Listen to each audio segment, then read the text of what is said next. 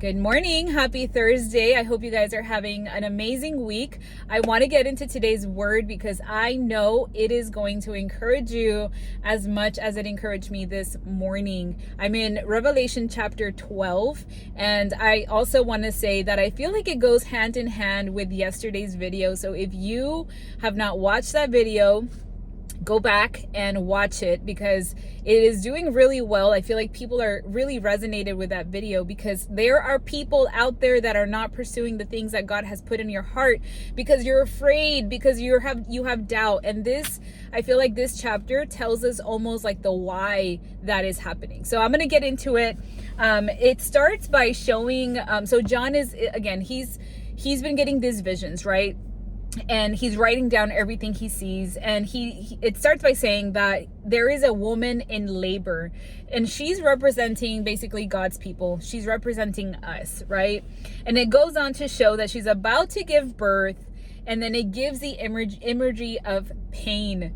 And I don't know if you have had babies, if you're a mom, I don't know, but labor pain is no joke, okay?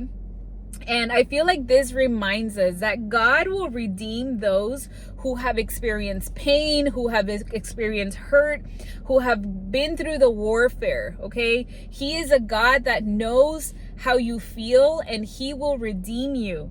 Every promise that God has given us will come with opposition and warfare, okay? Then it goes to show that the enemy, he's characterized as this huge, like, fiery dragon with 7 heads. Okay, I don't know what could be more scary, but that's pretty scary. And it says, quote, "He stood in front of the woman as she was about to give birth, ready to devour her baby as soon as it was born." Now, if that is not clear to you of how the enemy works, let me put it really clear. The enemy will try to stop God's plan for you. Period. So the baby here, if you haven't caught on to what it's showing us, the baby here is Jesus, the Messiah, okay? The promise. And I don't know what is going on in your life right now. I don't know what you have been through, what you're going through, but be reminded that the enemy is here to steal, kill, and destroy whatever you are birthing. Whatever promise God has put on your heart, he is here just waiting to snatch it out of your arms. The enemy isn't going to wait for the calling to be flourishing. No, he's going to attack it at its birth when you start to move in the direction of what God has promised you. So yesterday I mentioned how there's a lot of people that aren't starting because you want perfection, because you want things to be a certain way, because you have fear, because you have doubt. This is telling us that the enemy is attacking you before you've even birthed it. He doesn't want your calling. He doesn't want the promise to be fulfilled. He doesn't want you to move in the direction that God has called you to. He wants to attack at its birth. But also be reminded that God will protect what he anoints. I don't know what, it reminded me when I read this. I don't remember what story specifically, but I wish I could remember. But like the story of when the baby gets hidden for like 7 years in the temple. Like, God had anointed him to be king, and he protected him in a temple for 7 years because what he was birthing in him needed to be protected so that it would still come to pass when the time was right. And then it moves on to when the child is born, which again, it represents Jesus, the Messiah. And even though Satan tries to stop this, we know that Jesus fulfills his mission and has the victory. And then I love how it talks about the wilderness. It says the woman runs into the wilderness, but it is a place that God has prepared. I don't know about you, but I know for me, when I was in my wilderness season, you may be in that season right now. you need to be remembered that God has prepared you for that time. You may not know why you're there. You may not know what's happening, but be reminded that the wilderness season is a season where God is preparing you for whatever is next, and He will provide for you. If you're losing your job and you're like, hey, I didn't expect this. This is your wilderness season when you are supposed to depend on the Lord, but be reminded that He will provide and protect you. I've been in those seasons where it's like, Lord, you called me. Like in other videos, I've talked about how in my last job, right after I had built my house, I got offered this job where I was at, and it was going to be a pay cut because I was going to be working less hours. And, I was like, okay, so I took the leap of faith, and I was like, you know what? in true fashion, I was like, I need to control the situation. So I got myself a second job to like kind of balance out and make ends meet, right? And I did that for like 2 months, and then the Lord was like, nope, that's not what I told you to do. I want you to go part-time. And I'm like, God, I just like got into this house. I have no furniture. This house is more expensive than the last one, and I thought that I would be like living in this house earning what my last job was paying me, and now I'm like in a new job and it's paying me less, and I'm trying to work extra, but now you don't want me to work, and now you want me to go part-time? Like literally, those were my thoughts. I was like, what?